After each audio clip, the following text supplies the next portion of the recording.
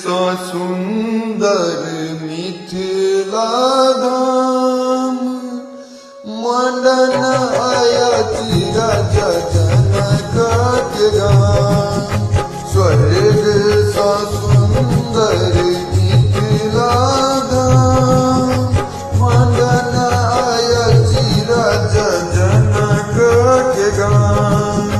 जय कमुगना बनल महादेव विद्यापति के जानियो। स्वर्ग सा सुंदर मिथिला धाम मंडन आयाति राजा जनक के गाम। जय कमुगना बनल महादेव विद्यापति के जानियो। स्वर्ग सा सुंदर मिथिला धाम मंडन आयाति राजा जनक के गाम।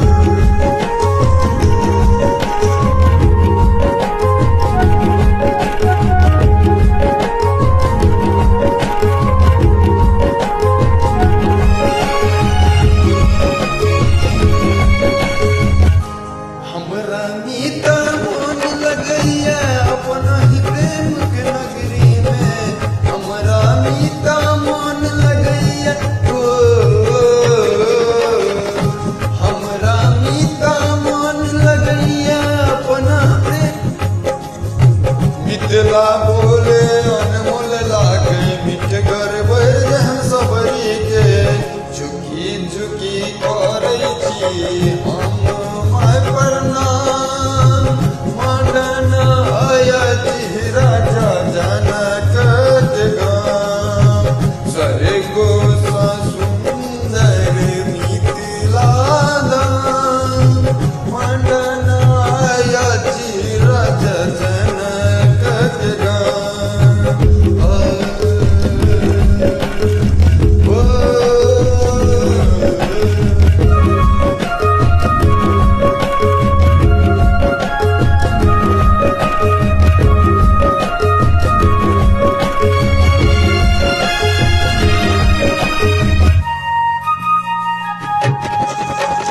हरिये झरिये साग भेटैया चारी पर दिल गोरियो।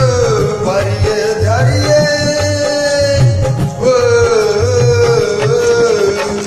हरिये झरिये साग भेटैया चारी पर दिल गोरियो। हेता पाहुन जिनको ठेता नहीं किसके ता ढोरियो। स्वागत में भेटैया पान मकान मंडन आयाति राजा जनक के गाम। स्वर्ग सा सुंदर मिथिला धाम मंडन आयाति राजा जनक के गाम।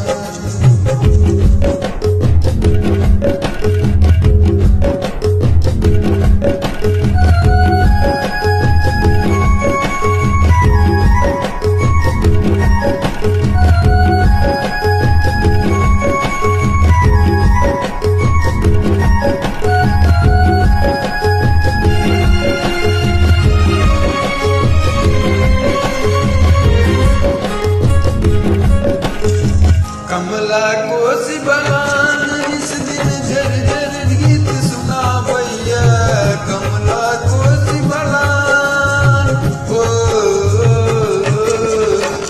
कमला कोसी बलान इस दिन झरझर गीत सुना भैया। सब देवी देवता मिलन को मोहन वंशी बजा भैया। सीता बहिन जय पाहुन राम मंडन आयाति राजा जनक के गाम। जय जमुना बनल महादेव विद्यापति के जानियो। स्वर्ग सा सुंदर